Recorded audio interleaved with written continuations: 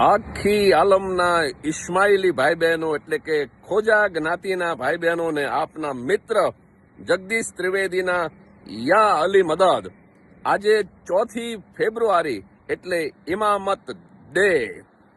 his Highness prince આગા ખાન પાંચમા એટલે કે રહીમ આગા ખાન જે 50મા ઇમામ એ તખ્ત નશીન થયા 4 ફેબ્રુઆરીના દિવસે અને હાઈલી ક્વોલિફાય અત્યારના હાજર ઇમામ એ આખા વિશ્વના ક્લાઇમેટ અને પર્યાવરણની ચિંતા કરતી સંસ્થાના ચેરમેન છે અને આખા વિશ્વના તમામ દેશોના નેતાઓ સાથે સતત સંપર્કમાં રહીને માત્ર ઇસ્માઇલી જ્ઞાતિ નહીં પણ તમામ કોમનું ભલું થાય, શિક્ષણના ક્ષેત્રમાં, પાણીના ક્ષેત્રમાં, રોજગારના ક્ષેત્રમાં, આરોગ્યના ક્ષેત્રમાં, અનેક ક્ષેત્રમાં તમામનું ભલું થાય એની ચિંતા કરતા અત્યારના જે હાજર ઇમામ છે એ પ્રિન્સ કરીમ